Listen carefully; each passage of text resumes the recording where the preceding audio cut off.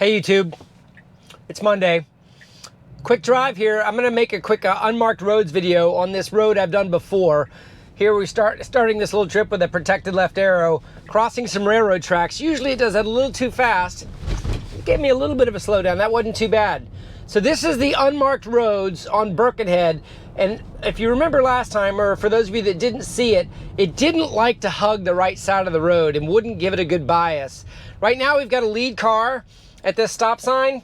And I feel like it's in about the right spot. The road gets a little narrower on the other side of this little intersection here.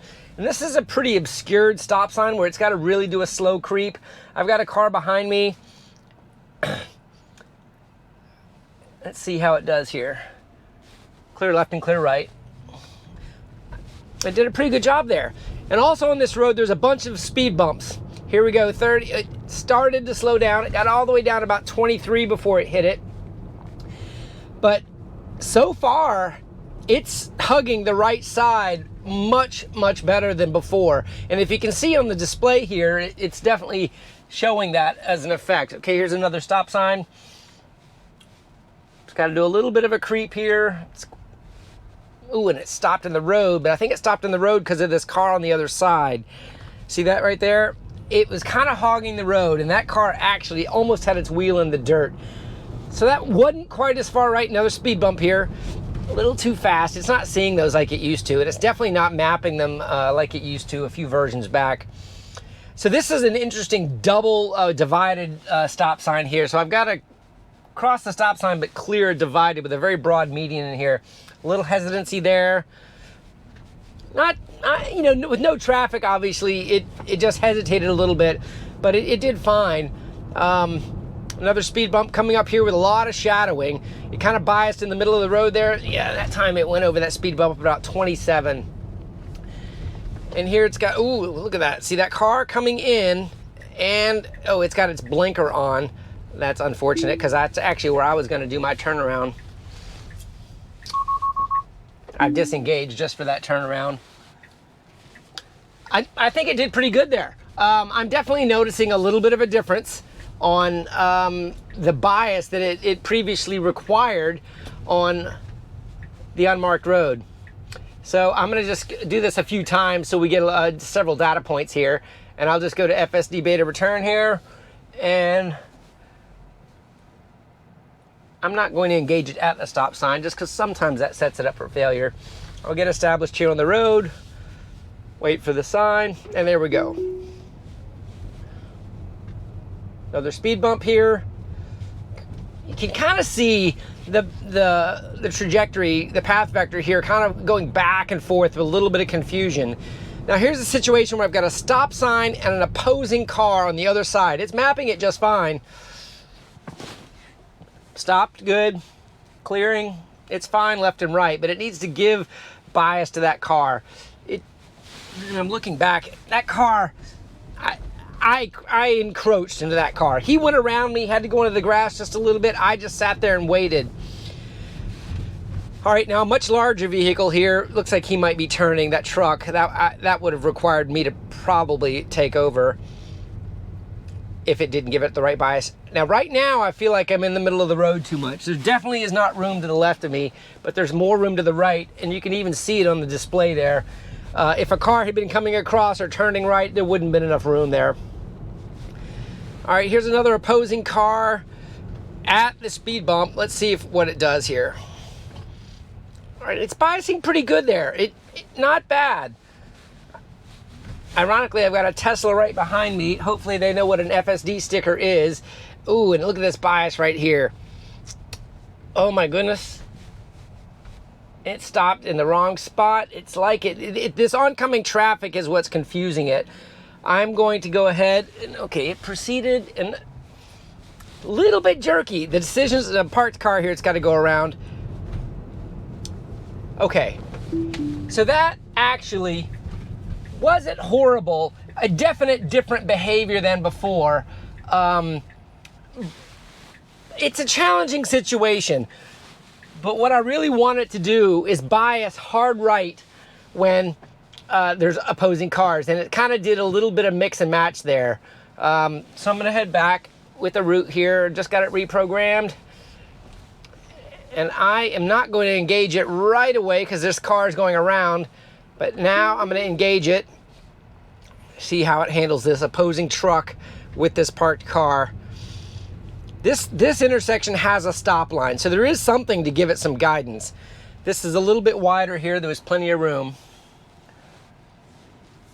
Just kind of peeking, leaning way forward because this is an obscured turn. Fine there. That creep was pretty good. I'm not going to complain about the creep. I'm a little disappointed with the slowdowns for these humps. They're not very big ones, so 20 to 22 is okay. All right, so now we've got a big truck. See how he's going over to the far right? Ooh, look at this. I'm turning left even. Now he's probably looking at me like, what are you doing? Okay, I've got to take over here because he can't go, and I definitely wasn't in a position to let him go. So that was a disengagement, mostly because the car was waiting on him, and I even scooted over, so there was definitely no room for him. That's where it needed to scoot to the far right, not center itself. I'm going to tap the camera on that one just because that was a pretty good data point there. Here I am. I'm not far enough to the right. He's going to have to go around me. I had way too much drivable space on the right side to force him to almost have to go into the dirt. It's a little bit more consistent this time, though. It's not fishing like it did last time. At least, okay, this time it just wanted to slow down, and that was just me with light friction that disengaged at that time. I was a little bit of tension, and it disengaged. All right, another speed bump. Notice how it's not marking this brush pile there.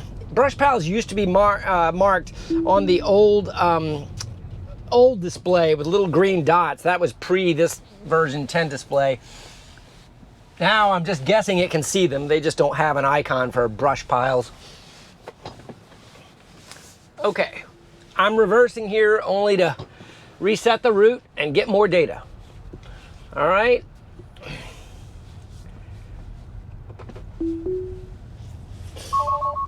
Oh, now I don't know why it did that. It had the steering wheel. Let me just try it again.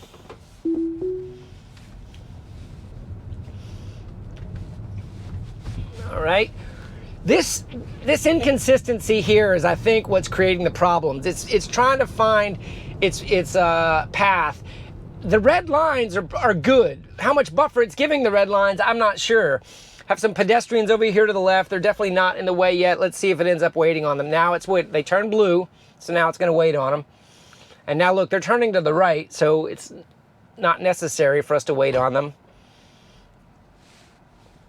And then they turn gray, and when it turned gray, the VRUs were disregarded. Yeah, it's just not giving enough bias when it's at the stop sign when there's other cars that might need to go around you, and it's just doing the wait. And the waiting situation when there's not room isn't human-like. I mean, obviously, if I see somebody else waiting and they're waiting on me, I need to create a hole or I need to proceed.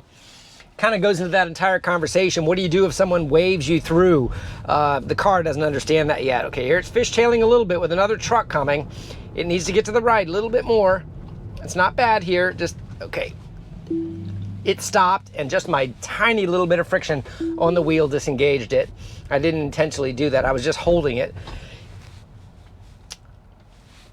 Yeah.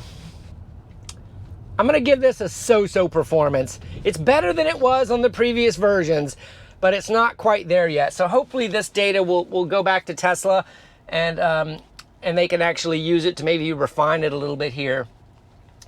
All right, so here we are again with a parked car. It needs to go around a nice mapped path, no opposing traffic. That was fine.